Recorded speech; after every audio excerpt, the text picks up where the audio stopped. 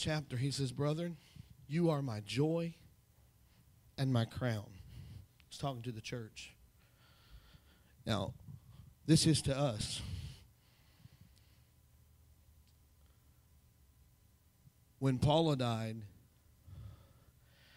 and I came to the funeral that morning, you know who was there before anybody else?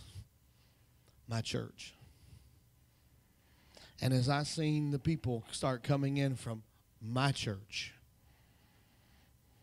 and I looked up to heaven, I thought, babe, you be smiling. I was more proud of this church that day, because not just did that mean something to me, you don't know what you meant to my kids, because the first thing out of Cassie's mouth was, Daddy, if we're going back, are we going back to the mission? I said, you better believe it. And it's like I never left. You're my joy. You're my crown. And it's my responsibility to pray for this man and you. And I'm doing a lot better job than what I used to do. And I'm not, it don't bother me to say it. Now the second thing, he talked about Peter up there.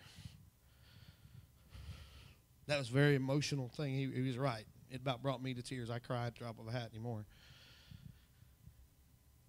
But Peter said, at the end of his life, when he knew death was coming, it is joy unspeakable and full of glory. He realized he wasn't the brightest. Paul was brighter than him. He said, there's even some things Paul preaches I don't understand. So don't feel bad. There's some things Wayne preach I don't understand either. And there's probably some things I preach that nobody understands. You know, my great preachers are that I like, some people don't like them. And everybody has their style. Some people even like Joel Osteen. You know, everybody's got their choice. Heinz 57 in preachers, but not Heinz 57 with Christ. You can't have it your way. You got to have it his way. But tonight I'm going to ask you to stand. Paul, would you come to the piano? We had a good altar service earlier. God was doing great things. I've tried to preach and tried to encourage you a little bit.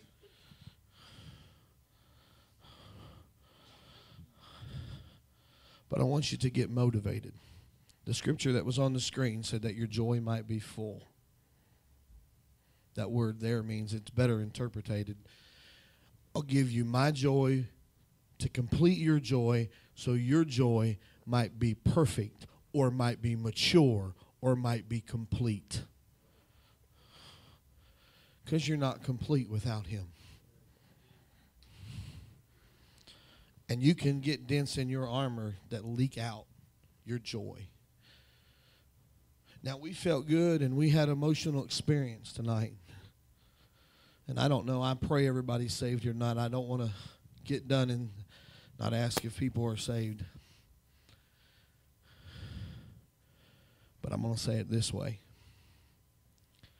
If you don't have that state of joy, and I'll be honest, there's days I don't have it either. I'm doing a lot better now than what I used to be. And before you preach it, you got to live it.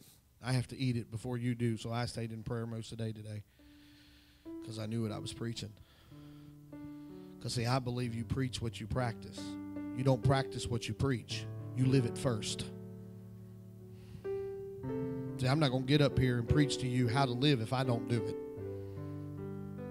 Because then I'm not fit to be in it. And yes, that means that this old boy repents a lot. Because God says, here.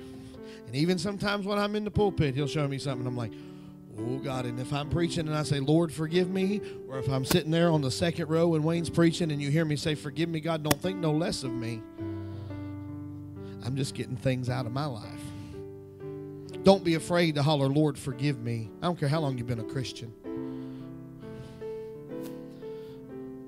If you're not having the joy that you need, that he gives,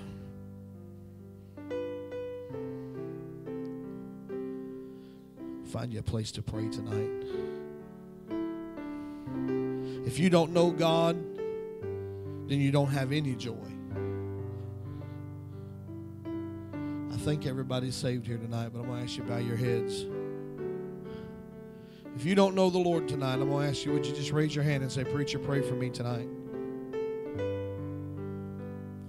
Pray for me tonight, preacher. I don't see any hands. Would you come? Would you find a place of prayer and let Him fill you tonight with the joy of the Lord? Altars are open.